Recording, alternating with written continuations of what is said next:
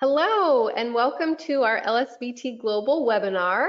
Today we're presenting on the topic of what we know about LSVT LOUD and swallowing impairments associated with Parkinson's disease today. So we're very glad that you're all here and able to join us today. And we'll go ahead and jump right into our presentation. My name is Beth Peterson. I'm one of the LSVT LOUD faculty instructors, and I'll be moderating the presentation for you here today. I just want to briefly go over some webinar logistics so that you know what to expect in the webinar. Right now, everyone in the audience, your microphone is automatically muted, and that's just to make sure that we don't have background noise from the various environments where you're joining us. But you can ask a question during the webinar, and we'll also have some question time at the end of the webinar. So there's a few ways that you can ask your questions. The first is to type your question, and you can do that by clicking on the question box on your webinar control panel. Then one of the panelists will see it, will read it out loud and address it out loud to the entire group. You can also raise your hand, and you can do that by clicking on the hand icon. I'll see that a hand is raised, and then I'll call out your first and last name and unmute your microphone so you can ask your question out loud. And the third way to ask a question is to email us, and you can do that by emailing us at info as in information, so info@lsvtglobal.com, and we'll post that email address at the end of the webinar as well so that you have that for your reference. We do have a handout for this webinar. You should have received an email probably an hour or two ago today that included that handout, and so you can use that to take notes during the presentation today and just to have for future reference. Also in your webinar control panel, there's a handouts tab, and if you click on that, you'll be able to get the handout right in your webinar as well. At the end of the webinar, we'll have a very brief survey that will pop up. It should just take a couple minutes, and if you're able to complete that survey, we do really appreciate your feedback, and we use that to make sure that we're presenting content that our attendees want to hear and that we're doing a good job of it. And if not, we also want to know that so that we can improve. And really just any comments that you have about this webinar or others, we would love to hear so that we can make the webinar program the best success that we can. If you aren't able to take it right after the presentation, it will also be emailed to you about an hour after the presentation, so you can take it then as well. In terms of the continuing education units or the CEUs, this webinar is not ASHA or state registered for CEUs, but you can use it as self-reported CEU credit. And so after the webinar, you can receive a certificate, and that certificate will include your name, the duration of the webinar, the title of the webinar. So if you would like a certificate for being in attendance today, so most specifically for speech, physical, and occupational therapy participants, you can email us after the webinar at webinars@lsvtglobal.com to request that certificate, and we can send it to you within 2 weeks, but typically just within a few days. And attendance for the full hour is required to earn that certificate. You'll again get a follow-up email after the webinar, and it will include information just to remind you to email us if you'd like that certificate as well. In terms of learning objectives, at the end of this webinar, our goal is that attendees will be able to describe the swallowing impairments associated with Parkinson's disease. Number 2, be able to list the repercussions of having a swallowing impairment. Number 3, explain the published research data on the impact of LSVT LOUD and swallowing. And number 4, be able to describe clinical insights as they apply to LSVT LOUD, Parkinson's disease, and swallowing. So you're in very good hands today with our 2 presenters who are both experts in the area of swallowing impairments and neurogenic conditions such as Parkinson's disease. So first we have Heather Hodges, and she's a speech language pathologist and one of the LSVT LOUD faculty instructors. We're also joined by Dr. David Mcfarland, who's also a speech language pathologist. He's the vice president and co-founder of LSVT Global and a professor at the University of Montreal. So for more details on both of the presenters here today, you can find that in your handout under the presenter biographies. But I'm very excited to hear what they have to say, and it's truly an honor to have them here presenting with us today on this topic. In terms of disclosures, non-financial relationships include a preference for LSVT LOUD as a treatment technique, and the financial relationships include that Ms. Hodges and Dr. Mcfarland are both employees of LSVT Global and receive lecture honorarium, and Dr. Mcfarland has ownership interest in LSVT Global. So before I turn it over to Dr. Mcfarland, I did want to just have a quick polling question so that we know who is in our audience today. So on your screen, I'm going to display a poll so that you can tell us just who is joining us. So again, that we know who's in our audience. So let me go ahead and launch that poll. And then if you can just click on the selection that best matches you, then we'll again, have a good idea of who's here today. So maybe a person with Parkinson's disease, a family or a friend of a person with Parkinson's, speech language pathologist, physical or occupational therapist, or another category here. All right, so thanks. I'm seeing those votes come in. All right, so we'll just do a few more moments here.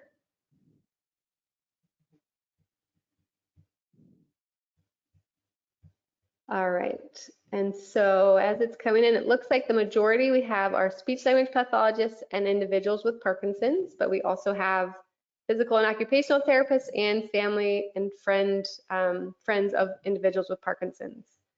So I'm going to go ahead and close that for now.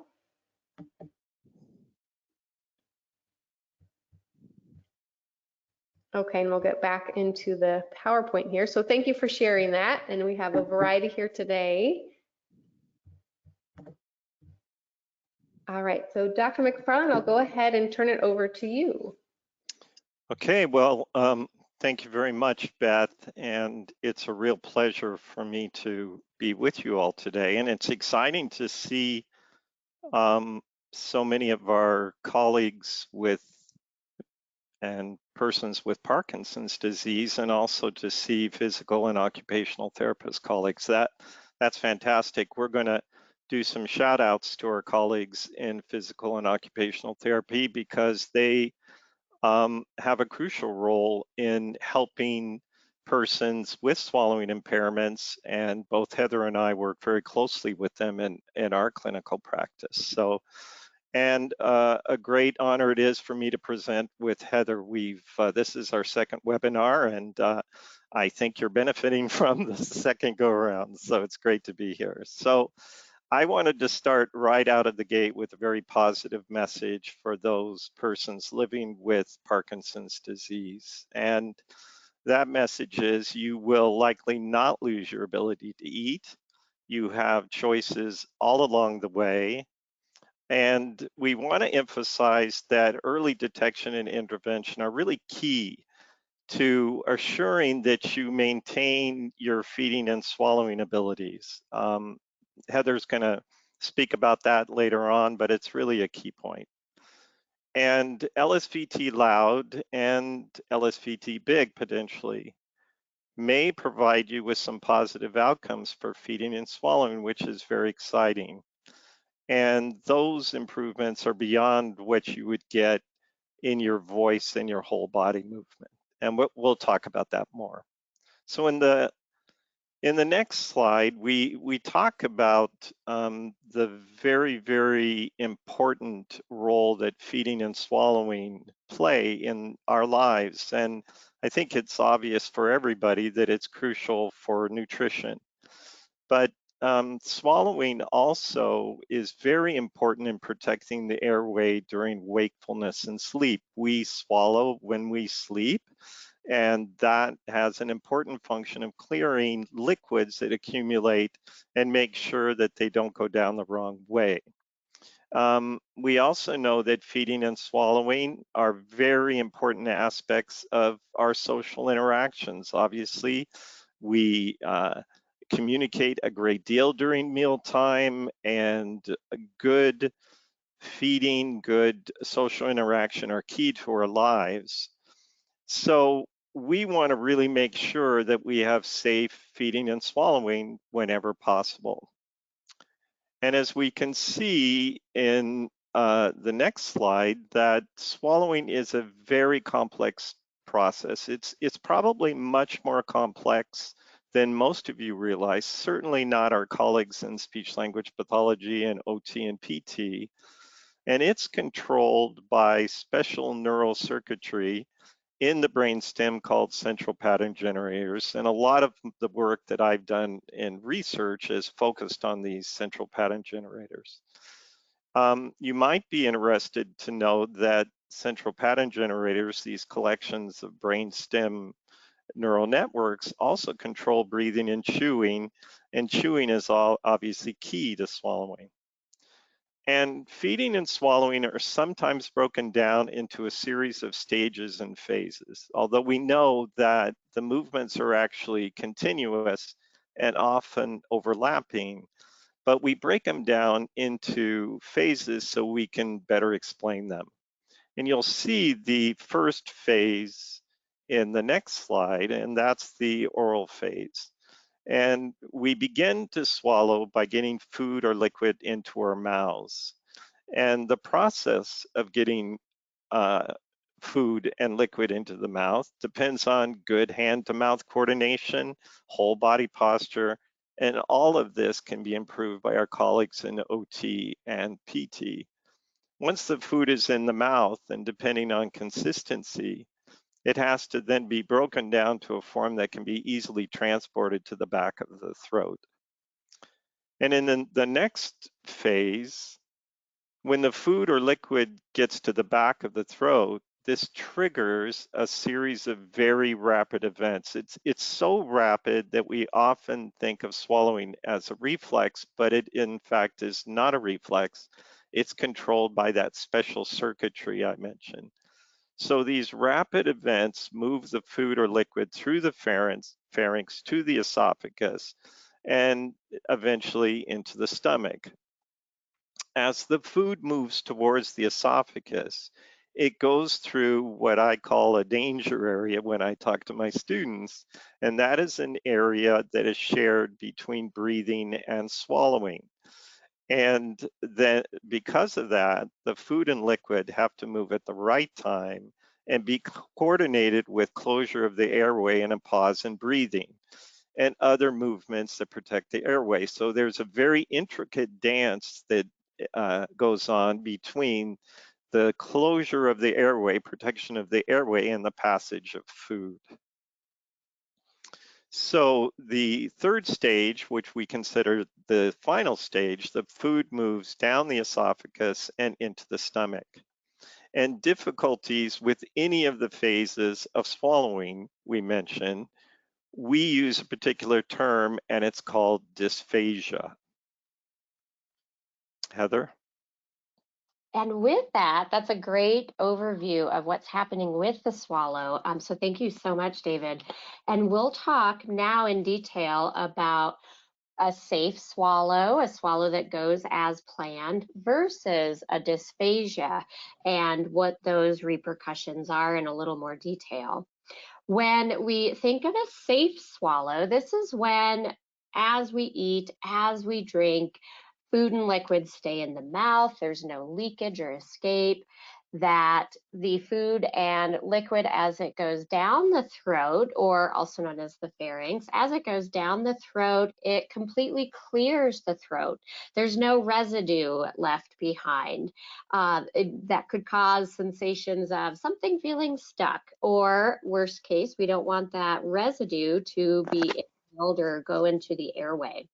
And so when a swallow is safe, it goes through the throat, leaves nothing behind, does not enter into the airway or go down the wrong way, so to speak, and that the food and liquid move through the esophagus without any delay in that esophageal phase, that it gets to the stomach in a timely manner without delaying or holding up, so to speak.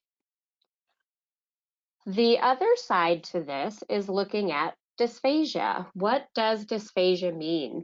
So a swallowing disorder, which is given the medical diagnosis of dysphagia, can include incomplete chewing. We're not chewing our food completely, or we're not creating a cohesive ball of food to swallow down, that we have pieces that might be left behind. So we want to see that complete chew.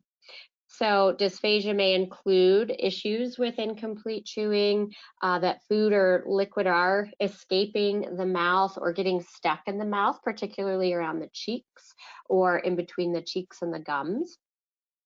And that food and liquid may get stuck in the throat on the way down or may be entering into the airway. So it may penetrate the airway, it may aspirate down into the lungs. We want those to not occur. That's definitely a safety hazard.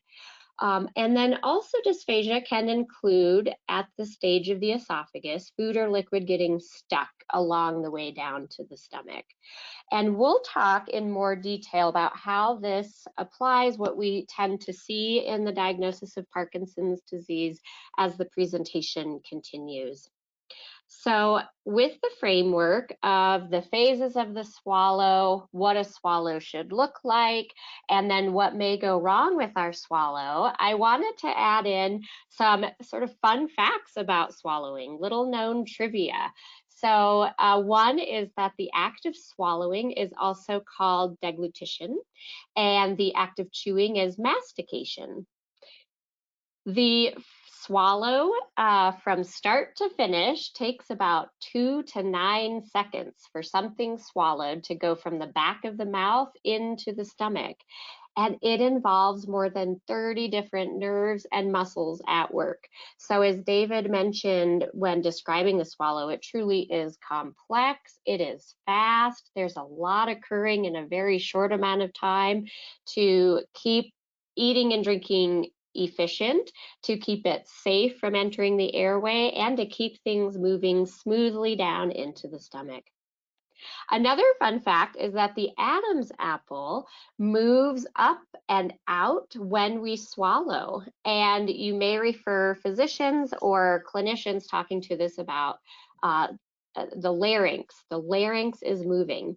And yes, indeed, men and women have Adam's apples. Women's are just smaller, but if you feel your throat when you swallow, you can actually feel the Adam's apple moving and doing that upward and outward motion. Another fun fact is that when we say, ooh, something went down the wrong way, that is accurate. That truly is the case. When this occurs, it is food or drink, maybe even your own saliva, going down the route of the airway instead of the esophagus. And then another fun fact is that gravity helps us to swallow, but fascinatingly enough, it is not necessary. The squeezing motion of the throat and the esophagus are so incredibly strong that if we have no issues with our anatomy, with our swallow, it's a safe, good swallow. This means that we could swallow when we're upside down. So if you think of a gymnast in the Olympics practicing a handstand or a headstand, they're able to swallow their saliva even when they're upside down. And so some interesting facts to consider as we talk about how we are going to now look at the swallow. So I'd love for David to describe how is a swallow examined and explain what that exam may look like. Yeah, that's great. Those are really fun facts, Heather. Thanks for that. And yeah, you can imagine if we're trying to see how people swallow and we're trying to figure out how to make a swallow better, let's say, how do we do that? Everything's internal. It's not like moving your arm or your leg. Everything's inside. So we have to use a variety of different methods to be able to understand what's happening with the swallow.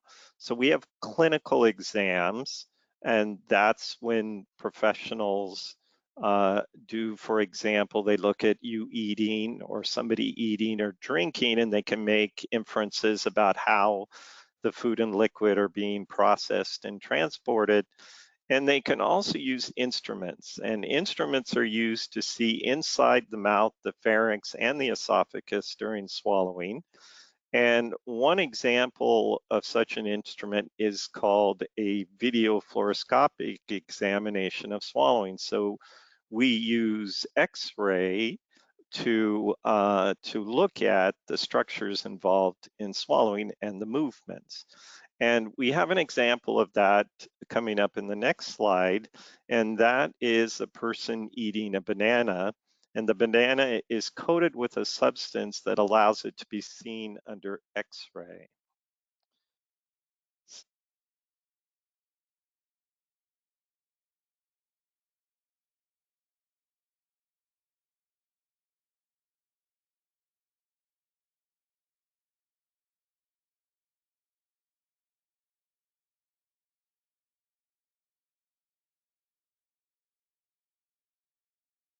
Good. And this occurs all extremely rapidly and without any conflict between the passage of the banana and breathing. That's great. I love seeing those exams. It really does take home the point that we've been driving about the different phases of the swallow, how quickly it occurs, and how that it is complex. You can see that there's a lot of anatomy at work there, just in that short time span of a banana, going from the oral cavity down the throat and into the esophagus. So I'm so glad that we shared that. And in that framework and keeping this in mind, I want to talk more about the specifics of Parkinson's and swallowing. The prevalence of dysphagia amongst the Parkinson's population is 80% of patients. So as we begin discussion of the relationship and impacts of PD on swallowing, it is important to point out that there's a lack of relationship between disease severity, aspirating food or liquid into the airway. Particularly, we are concerned about silent aspiration, which is when something goes down into the airway, enters into the lungs, and no cough or no, feeling of, oh, I'm choking, no cough occurs. There is also a lack of a relationship between disease severity and dysphagia in terms of a lack of awareness of swallowing issues or dysphagia symptoms by patients. So why is swallowing affected? There is a motor impact on swallowing in Parkinson's disease. When we think about Parkinson's, we consider rigidity, that muscle rigidity, muscle weakness that can occur, the pervasive sensory deficits, and then certainly the hallmark hypokinesia and bradykinesia that we see manifesting to affect swallowing in patients with Parkinson's disease. So those two hallmarks I'd like to break down a little bit farther because they will affect all stages of the swallow. So bradykinesia, as many of us know, is slower movement. And so slower movement affects swallowing because timing matters. What you saw in the video really drives home how quickly the swallow occurs. And so if we have swallow function that is slowed down due to bradykinesia associated with Parkinson's, this matters for the timing of when the airway should close and be protected. This also matters in how we're able to keep food or liquid in the mouth. If our movements are slower, we may have food or liquid escape as we bring the cup up to our lips, or as we close our mouth around a forkful of food. Timing also certainly matters with coordination. Having 30 different muscles and nerves involved in a 2-second, all the way up to 9-second swallow will be impacted if our movements are slower. And the esophagus opening. The esophagus is generally closed if it's in a healthy state. And when we swallow, it opens. And so timing matters that way. If the esophagus does not open at the right time, when a banana or something similar is going down the throat, that can affect all of the phases above and that airway safety as well. So timing matters. When we break further down the hypokinesia, This is looking at smaller movement. So this is the other hallmark in Parkinson's disease that greatly impacts swallowing, because range of motion matters. Range of motion is how big our muscles and our structures are moving. And so if we have smaller movement from our muscles along our oral phase, our pharyngeal phase, it's going to impact how we're chewing, how we're forming that ball of food. As I mentioned before, we don't want little pieces hanging up. We want a nice ball of food called a bolus when we swallow our food and liquid, so it goes down all as one. Range of motion also matters for keeping that food and liquid in the mouth. It matters for your larynx, that Adam's apple, to move up to close your airway. And it matters for the swallowing, to squeeze your food and liquid down into the esophagus. And so with these in mind, this is how the motor impact of Parkinson's disease affects swallowing and can lead to dysphagia. There are also non-motor aspects of Parkinson's disease that affect swallowing. This includes sensory deficits, the idea that we may not know that something is going down the wrong way, or that our range of motion or our timing has gotten compromised. Reflux, gastroparesis, the impacts of having a dysphagia can certainly lead to malnutrition, dehydration. Those alone can impact swallowing and how the energy for eating and drinking manifests, how our body is able to clear food and liquid if we're dehydrated.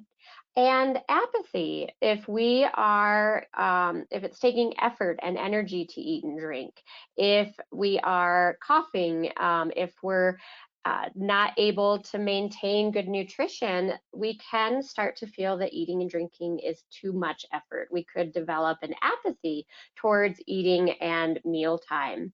And so those non-motor impacts certainly are important to recognize as well.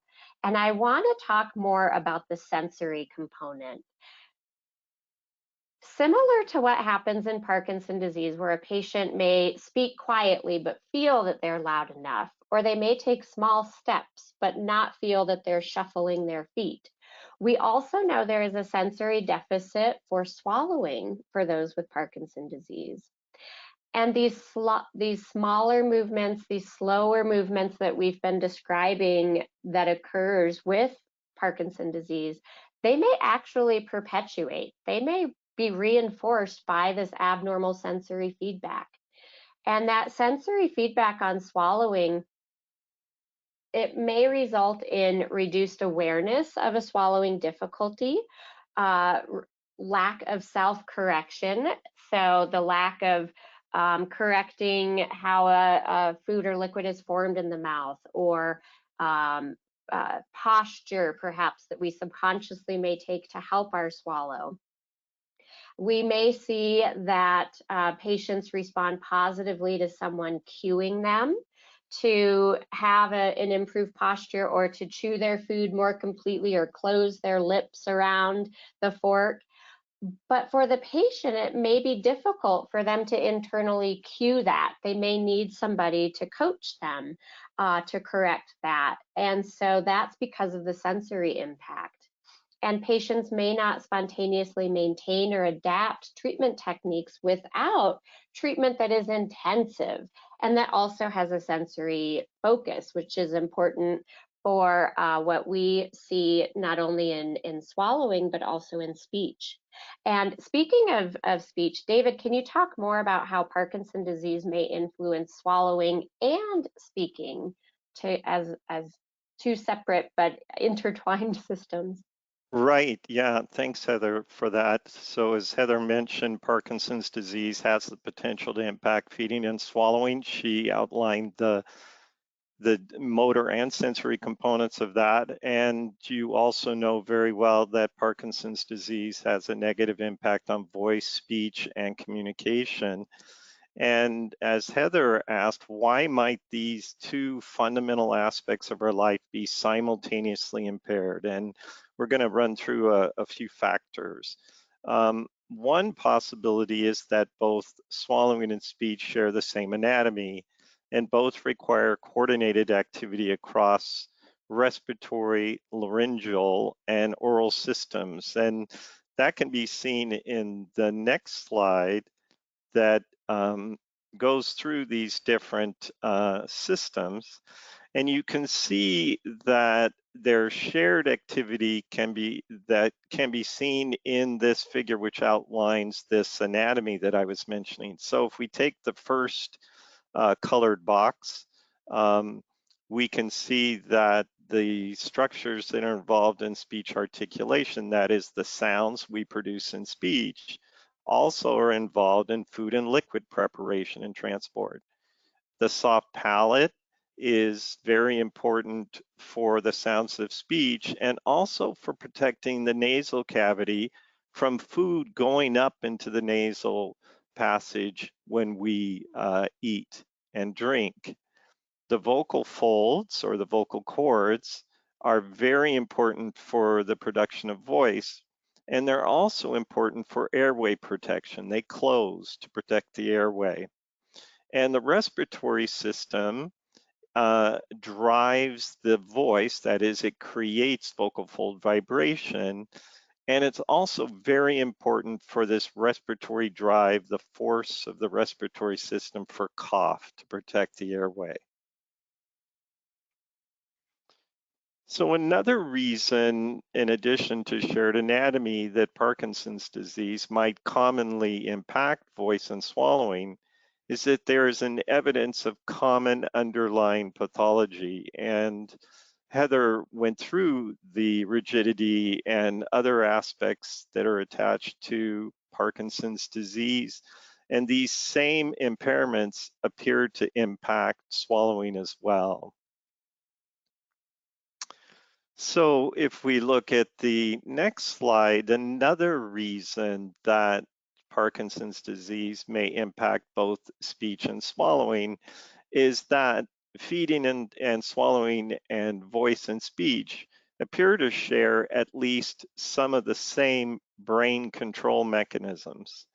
And we know that Parkinson's disease results in a degeneration of these neural systems and networks. So the shared systems may be commonly impaired.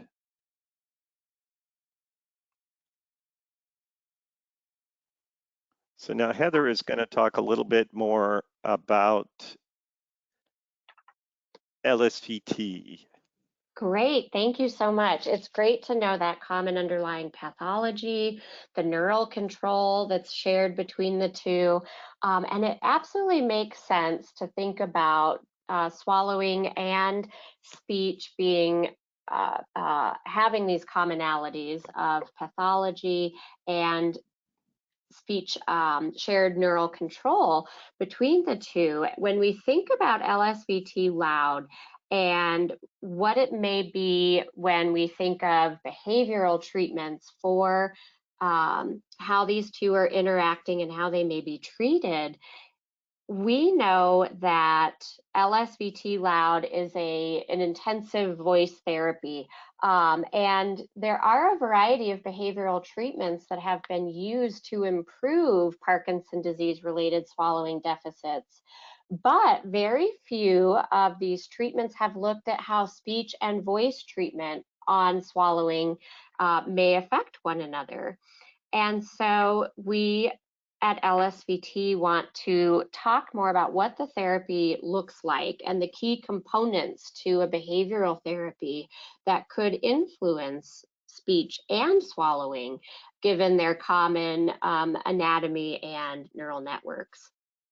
And so LSVT, its key concepts are that it incorporates principles of neuroplasticity. And this therapy, for those who have not had the therapy or who are not yet familiar or trained in it, if you're a professional, it is administered in an intensive manner. And this is in order to challenge the impaired system. The target of the treatment is vocal loudness. We work on amplitude. of the voice. So improving that hypokinesia that occurs in the system as it relates to voice by encouraging think loud, vocal loudness that's now within a normal limits and is not too quiet. The therapy is 1 hour. The treatment sessions are individual so that we can tailor and personalize therapy. It is 4 days a week for 4 weeks. So it's an intensive therapy as far as the delivery, so that we are getting a workout. We're getting the sensory components of the Parkinson's addressed so that we see gains within voice that walk out the door and are generalizable. It's high effort. It's a workout when you are undergoing therapy. And there's also homework and carryover activities so that we know you are practicing at home as well. The therapy is very enjoyable. It's a fun therapy because it is tailored to an individual. While there is an intense exercise component, we are working not just on loudness, but we're working on building up multiple repetitions, force and resistance, getting you stronger as it goes along. We are having therapy materials and conversations that are individualized for each patient. And so we want to build within this a lifelong habit of continuous practice for our patients. And in these ways, we really tackle the neuroplasticity. And what's been fascinating is that while the therapy targets loudness, there's evidence of LSVT LOUD spreading an effect throughout the system. And so what this looks like, you can see different research articles that have demonstrated improvement from respiratory up to the throat with vocal cord movement, intonation, aerodynamics, facial expression, those articulators moving that are important not just for voice and speech, but as David mentioned, also important for tongue and lip movement that we need to use for eating and swallowing. And then in the green box, we have research articles listed there where scientists have looked at the effect of a voice treatment that works on loudness, exercises the system from a voice and speech perspective, and how it's also had an effect on swallowing. So this really cool, what we like to call a spread of effects across the system. Now, why would there be a cross-system influence between the two? This slide is a great summary to keep in the back of your mind.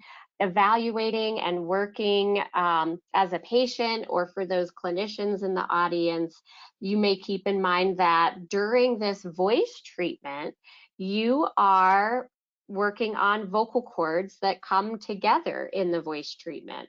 And the impact of how vocal cords come together during voice and speech may have an impact on swallowing, because when we swallow, vocal cords come together to close the airway. So that's the first example of a cross-system influence. During the therapy, we are working on pitch, because pitch and intonation will help a patient not have a monotone voice.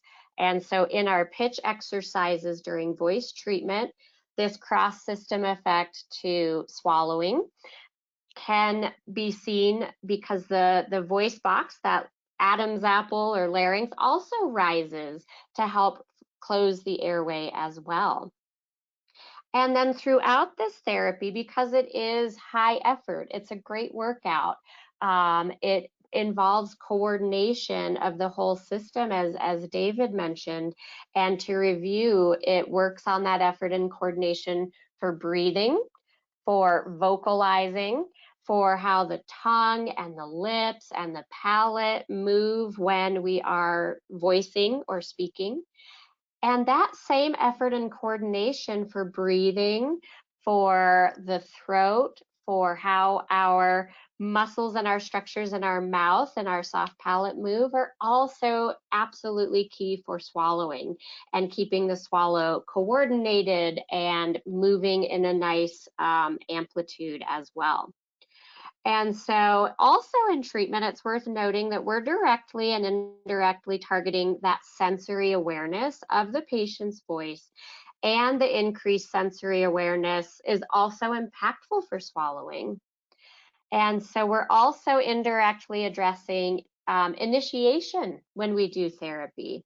And initiation for swallowing, as we see how quickly that sequence occurs, is very important. Through vocal hygiene, which includes taking frequent water breaks during our LSVT LOUD sessions, we're increasing that frequency of swallowing, which may also be of benefit. And so all of this may further impact swallowing function and safety in our patients. And so with this in mind, what do we currently know with the impact of LSVT LOUD and swallowing, David? Yeah, so thank you, Heather. I think it was Jerry Loschman who said, Heather, that the best exercise for swallowing is swallowing. And that really resonates in your last comment about the frequency of swallowing during LSVT LOUD. What I would like to talk about, and we can go to the next slide, please, is what do we know in terms of the research on LSVT, the impact of LSVT LOUD on swallowing?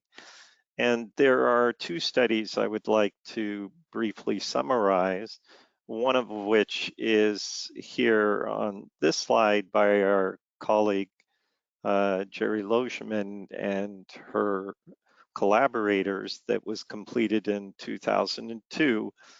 And this study was encouraged by clinical reports by clinicians that swallowing was improved after LSVT LOUD. This motivated Lori Ramig, in collaboration with Jerry Loschman, to design a preliminary research project to be able to see what was the impact in swallowing specifically.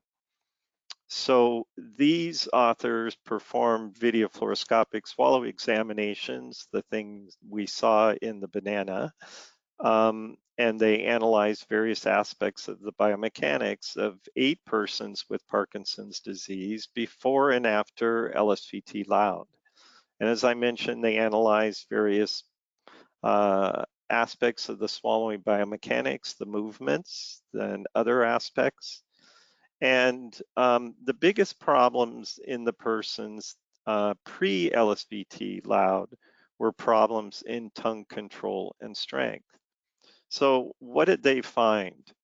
Well, the main finding was that post-LSVT LOUD, there were improvements in tongue function and strength. And this is one of the aspects that Heather has mentioned is problematic in associated with Parkinson's disease. And they also found, in addition, the stabilization of the bolus during swallowing by the tongue, and overall improvements in swallowing efficiency. So there was an additional study that was completed by Mills and colleagues in 2017, a more recent study, and they used swallowing assessments, questionnaires, and cough assessments to look at the impact of LSVT LOUD on swallowing in persons with Parkinson's disease. And it's important to note that these persons, had little or no swallowing impairments, but did score outside of normal range on a swallowing questionnaire. So we would consider these probably to have mild impairment. So what were the main findings? The main findings were that of the 8 patients that scored outside the normal range on the swallowing questionnaire I mentioned, 6 improved, 1 remained, and one remained the same, and 1 got worse. So that's preliminary evidence that there were improvements, and there were also improvements noted in swallowing biomechanics and cough. So this is encouraging. We have 2 preliminary findings that indicate at least not a huge degree of negative impact of LSVT LOUD on swallowing, and some very encouraged positive effects. But one thing that was noted in the Mills et al. Study that is shown in the next slide that we always mention is that one of the key conclusions that we're not at the point right now for sure to say that LSVT LOUD shouldn't be the only swallowing intervention. It doesn't replace direct swallowing intervention for the swallowing impairments associated with Parkinson's disease. So if we look at the next slide that is a summary of a lot what Heather and I have been talking about and summarizes the research as well. What are some of these cross-system influences that might be involved in a speech treatment impacting swallowing? Well, we know that speech treatment, LSVT LOUD, drives brain changes and is brain protective. We know that speech and swallowing share the same brain networks, or many of the same brain networks. So working on speech may also impact swallowing. What are some of the positive impacts? Well, we know that they share anatomy, speech and swallowing share anatomy, and working on speech and voice anatomy exercises the swallowing anatomy as well.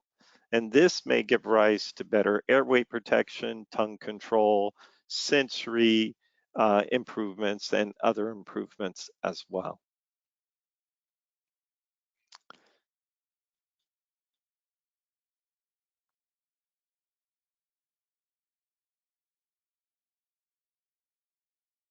All right, great. And that's such great research to have. And as David mentioned, important to note again that LSVT LOUD does not replace swallowing therapy. The research is ongoing. And so that objective assessment, like the video you saw today with the banana being swallowed, and tailored recommendations remain the gold standard for swallowing intervention. The initial findings are definitely interesting, though, in terms of the spread of effects that LSVT LOUD has across the motor speech system and across that same system that shares anatomy and pathology with the swallowing mechanism, from breathing to voice box movement to how the structures in our mouth move. So it may be a possible added bonus to have LSVT LOUD as it continues to exercise the voice during the therapy, but also continuing to exercise for that lifelong habit that we spoke of, that habit that even after discharge, after your 1 month of therapy, you're keeping your voice system, you're keeping your speech system strong and worked out, as that bonus for it improving the structures that are shared with the swallowing mechanism. Certainly, continued research to further understand the speech and swallowing mechanism is important and is ongoing and is something we continue to look at. So within all this and what we've presented today, you may be wondering, why does swallowing matter and what do I do about it? So I'd love to go into details here, because if you are noticing signs or symptoms of having a swallowing disorder, if you have unexplained chest congestion or pulmonary infections that you don't know where they're coming from, those could be signs of aspiration, food and liquid that have made it into the lungs and may be causing or setting up an infection such as pneumonia. If you are having signs of dysphagia in how food and liquid stay in your mouth, how they go down your throat, if they're getting stuck or going the wrong way, we would say obtaining a physician order for a swallowing evaluation is your next step, and that having the modified barium swallow study or video fluoroscopic exam, they both have it's the same exam, just different names. This really is going to be your gold standard for finding the specific challenges and impairments. But this exam is also really cool because it helps you find the appropriate, actionable, and the feasible compensatory strategies to keep you eating and drinking in a safe way, also in an enjoyable way. Eating and drinking is such a social and enjoyable thing. We want to keep the recommendations based on your exam really appropriate and individual for you.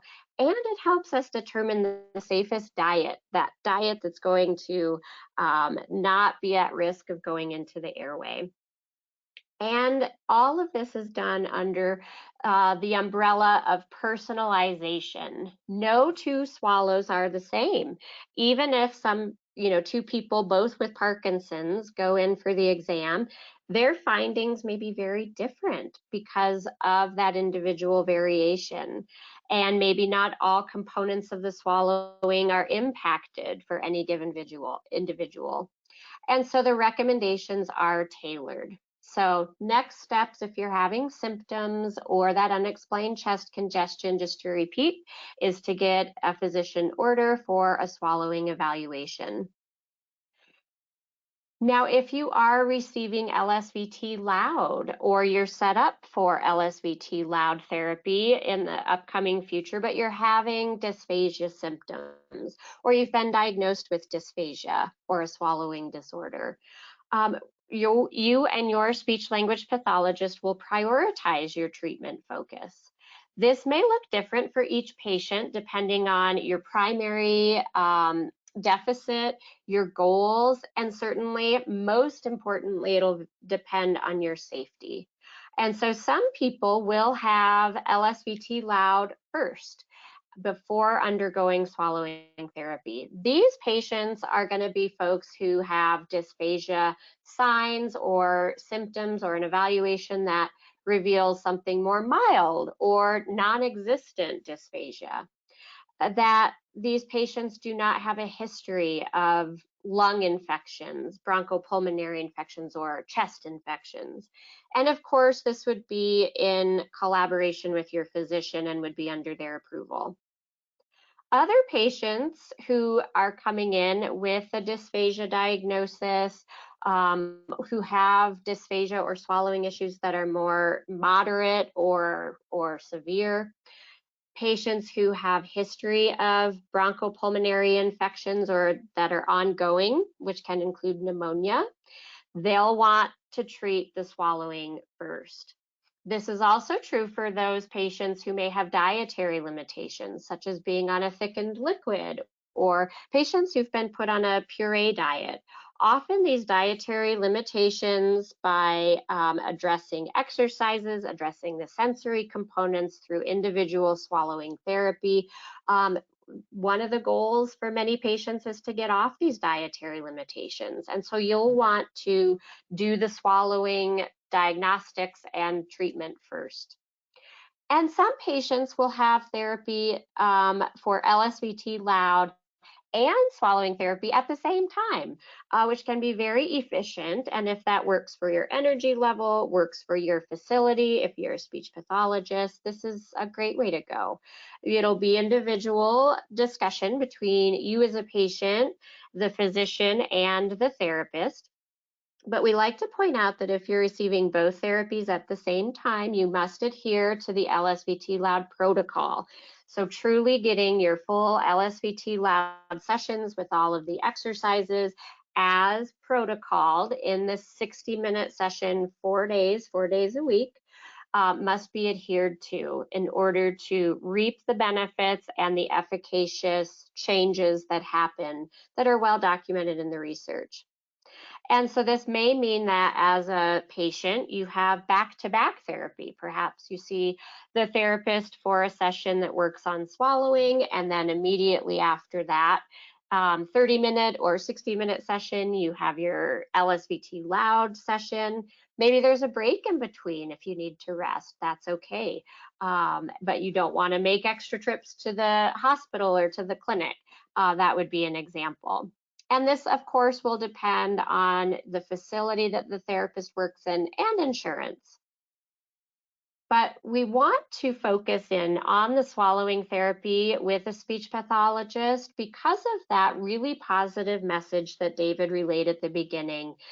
And that's because you can improve swallowing safety and function. Exercise is medicine. We see great impact when we exercise a system for people with Parkinson's disease, that it can make a change. And the ultimate goal is keeping you safe, so we're not at risk of an aspiration pneumonia, and of course, maintaining the joy of eating.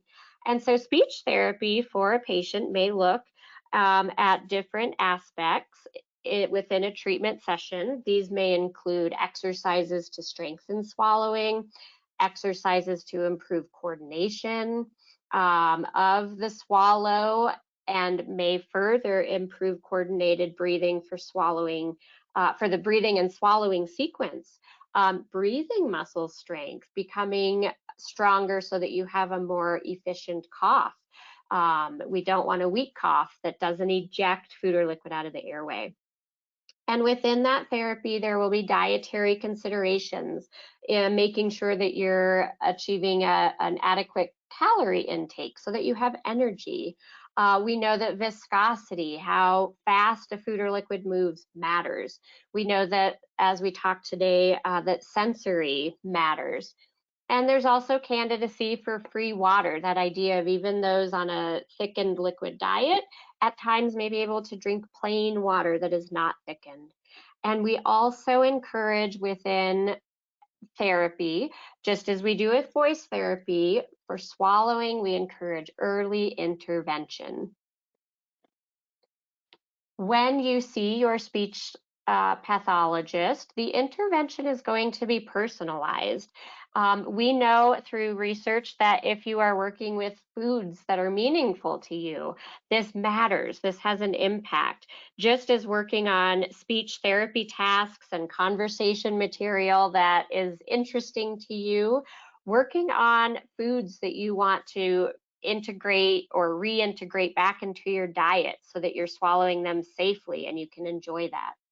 We want to empower patients to take control and to improve and feel that joy again of eating and drinking if that has been restricted.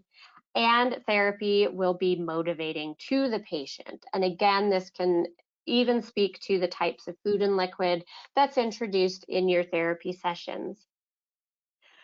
We also want to acknowledge our colleagues in occupational therapists who are great allies of speech-language pathologists in terms of feeding.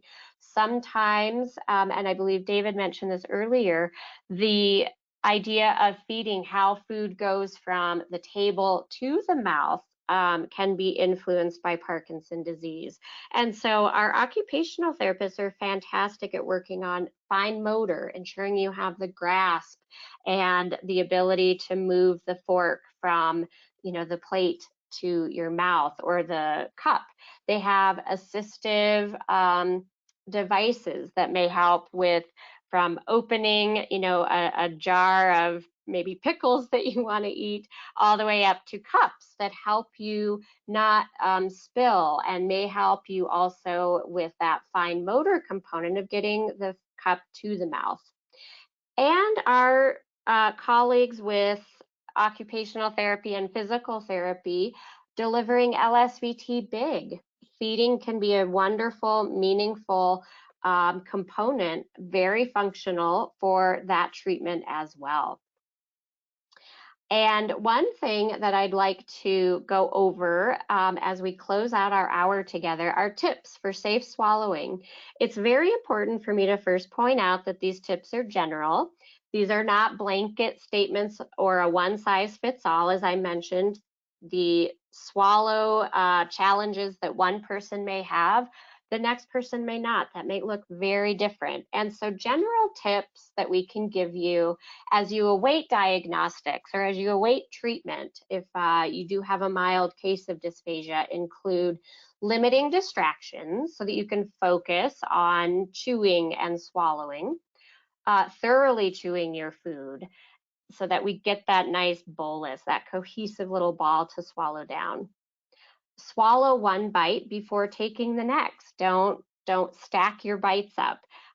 Same is true for one sip at a time versus chug, chug, chug. If you imagine drinking a cold glass of water on a hot day, take one drink at a time instead. That's safer. Sitting straight and keeping your head in a neutral position. So in other words, not tilting your head far back as you finish the last sip of a glass of water. You want to still swallow with your head in a neutral position, not tilted back. The idea that for some, very cold or very flavorful food and drink may increase sensory input. Swallowing twice for each bite or sip to help clear any residue that may exist in the mouth or in the throat after you swallow initially. Take caution with straws. For some people, straws can be of a great help, but for others, it can be a hindrance and be more of a threat to airway safety. So straws really have they're very individual for how they affect people. Staying well hydrated and monitoring. Are you coughing? Are you clearing your throat when you swallow? If you are, that may be a sign of something going indeed down the wrong way or something getting caught up in your throat. And so as we go through the summary, we know that the etiology of dysphagia in Parkinson's disease is multifaceted, that bradykinesia and hypokinesia are really those drivers in disordered swallowing for people with Parkinson's disease, and that there is this common underlying physiology from PD on the voice and on the swallowing. And so when we think of this preliminary research suggesting that there's a cross-system interaction and that by working on voice in an intensive exercise such as LSVT may improve or may impact swallowing to some degree is very exciting.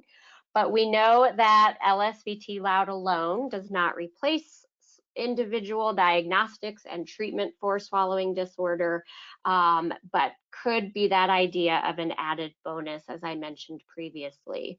So pursue those diagnostics if you're having difficulty.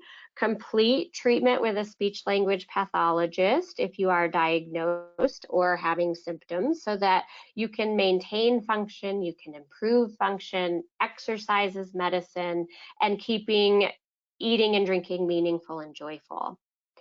If you are a candidate for LSVT LOUD and swallowing therapy at the same time, you may prioritize or do the therapies concurrently. And that occupational therapy, including LSVT BIG, that occupational therapy may address feeding for folks who are having those challenges. And while we very greatly appreciate your taking time with us today, and we know we're past the hour, we wanted to point out a great webinar that's occurring next month. So we hope you're able to join us for the important role of care partners for individuals receiving LSVT LOUD or LSVT BIG. This will occur Wednesday, September 22nd, the same time of day as this, which is 2 p.m. To 3 p.m. Eastern Time. And we invite care partners of individuals with Parkinson's disease or other neurological conditions for really being talked to specifically during this webinar. And it's absolutely been a pleasure. We know some people and those of you working in clinic may have to log off, and those of you who are a clinician, you'll receive, the full attendance and the certificate. But we do want to stay on for a few minutes here to answer some of your questions that have been asked. I saw some coming through on the chat that I thought we could get started with. Unless Beth, you wanted to moderate the questions. I know you may have had some that came through as well on your end. Sure, yeah, we can go ahead and do the questions. If you want, I can moderate them and I can pass them back between you and Dr. Mcfarland. That sounds perfect. Thanks, Beth. All right, great. So let's see, Dr. Mcfarland, if you want to start with this one. So I understand that LSVT LOUD is not a substitute for proper swallowing therapy. However, are there many people actively participating in LSVT LOUD who have swallowing difficulties as well? Yeah, I would say the answer to that is yes, given the prevalence that Heather mentioned in her slides, which makes this a very important question. That is, one of our first questions has been, can LSVT LOUD actually be a problem for swallowing? It's a potential in terms of competing treatments. We think the data is pretty clear about that LSVT LOUD does not make swallowing worse. And we're encouraged by some of these preliminary findings. And we're hoping that people will explore this further in their own research. But the answer to that is yes. All right, great. Thank you, Dr. Mcfarland. Heather, if you want to take this one. So what is LPR with respect to reflux? Oh, that's a great question. And I'm so glad that you asked that, because I realize I probably just used the letters and not without explaining it. So reflux is, I'll talk about it generally, and then I'll talk specifically about what LPR is. So when we think about reflux, most commonly out there with talking to the doctor or seeing, advertisements for medicine for reflux is GERD. So that's gastroesophageal reflux disorder or disease. And that's when contents from the stomach travel up through the esophagus. The symptoms of gastroesophageal reflux may be heartburn, indigestion. And when we think about reflux continuing to go up the esophagus, it may enter the throat. And that is referred to as LPR, which stands for laryngopharyngeal reflux. And that's a long term for saying reflux acidic or non-acidic. That is reflux that comes up into the throat and affects the throat and may also affect the voice box. It can be at risk of also being aspirated if the airway is not closing or protecting, or coughing when reflux comes up into the throat or gets into the voice box, the larynx, and can be its own risk of aspiration. Reflux of this nature, this LPR, can also impact further the structures, the musculature, the movement of how we're swallowing when we eat and drink. So it's certainly important to have those that element diagnosed, evaluated, if it is occurring, to make sure that it is treated as well. So it's something that is commonly seen in people with Parkinson's disease. So I hope that answers the question on LPR, not only what it is, but I wanted to just mention why it matters as well. It was a very good answer, Heather.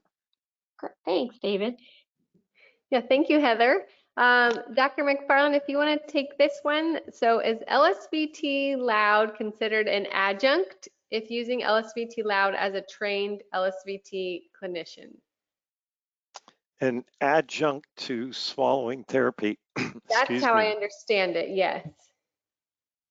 Wow, I have to be careful on all these technical terms here. I think I'm probably treading in areas that I need to be very careful with. I would say it's complementary. That would be the term I would use. And I think that it's highly complementary to any swallowing therapy that will or has been given. That's the way I would look at LSVT LOUD. That's the exact word I thought of too, David. So I thought that was perfect. It's complementary. Well, whew, thank you, Heather. I was sweating on that one. So thank you. All right, thank you, Dr. McFarland. Someone has requested to see the slide again with the evidence base, so I pulled that up and I'm going to show my screen there. So that should be up there. And for your reference, it's also in your handout. Let me just double check the page number. It should be on page 12, slide 36. And if anyone wants a larger image of this, you can also email us. So you can email that webinars@lsvtglobal.com. And we can email you an enlarged version of this too if it's too small on your slide or in your handout. It's a great slide, really useful. All right, and then Heather, if you can take this one. So this is, I have a therapist that wants to bring his patient into normal social situations. He said he believes that is part of LSVT LOUD. This is a new program for us. Is this allowed and or payable by insurance? Great question. And this is honestly one of my favorite parts of delivering LSVT LOUD to patients is that, you know, it is exercise. It is multiple repetitions of exercise, but it is also very personalized to the patient. And we do recommend that when it is appropriate for a patient, when there's a means to bringing people out into situations where they are talking, that they're not just completing their tasks within a quiet treatment room with just the therapist. We see great benefit to that. And so, for example, working at an outpatient hospital, when my patients were appropriate, and typically in some of the later weeks of treatment, weeks 3, weeks 4, I would do some of my treatment in the cafeteria. This is when we're getting to the point of conversing. This is to the point where we're able to maybe do some exercises walking around the hospital if they were mobile, or in a wheelchair, joining me for these moments of getting outside of the therapy room, because that certainly has many benefits for being meaningful. It also gives patients the confidence to be able to use this voice that in their ear feels loud, but is actually normal loudness. It's a safe loudness. It's a loudness that won't get anybody stared at or thinking that they're being shouted at. And so there really are those benefits for getting patients into those normal social situations within the therapy. And yes, it is something that is allowed in therapy, and it is payable by insurance because these tasks are performed as protocoled by the research for LSVT LOUD. And so getting those tailored salient moments of speech, of conversation, of reading materials that are, out of the therapy room, absolutely encouraged by us when we train new clinicians who are not certified yet, and no problem with insurance because it is part of the protocol treatment that is well researched. So yes, it really is one of my favorite parts of therapy, is tapping into these everyday normal situations for each of my patients.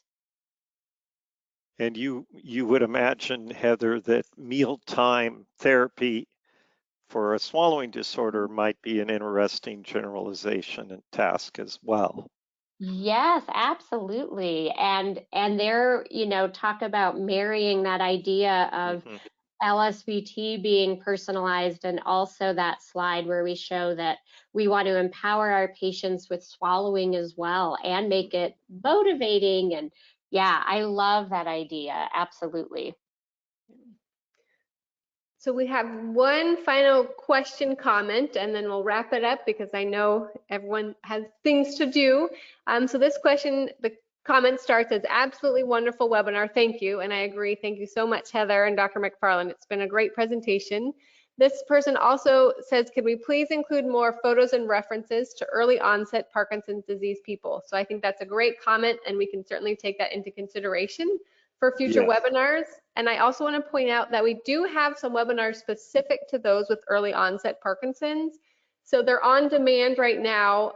If you go to blog.lsvtglobal.com and click on the webinars tab, then you can search through all our on-demand webinars, and we do have some that are tailored specifically for early onset. And that address will also be in the follow-up email that you receive, so that you'll have that and you can click the link and get right there if you are interested in that. But we do appreciate that feedback, and we'll definitely take that into consideration. So we'll go ahead and close the webinar here today. As a reminder, if you can complete the survey that will launch on your screen or is in the follow-up email, we appreciate it. We really appreciate your time today and appreciate Heather and Dr. Mcfarland as well. So thank you for joining us, and we hope to have you again on a future webinar. Take care.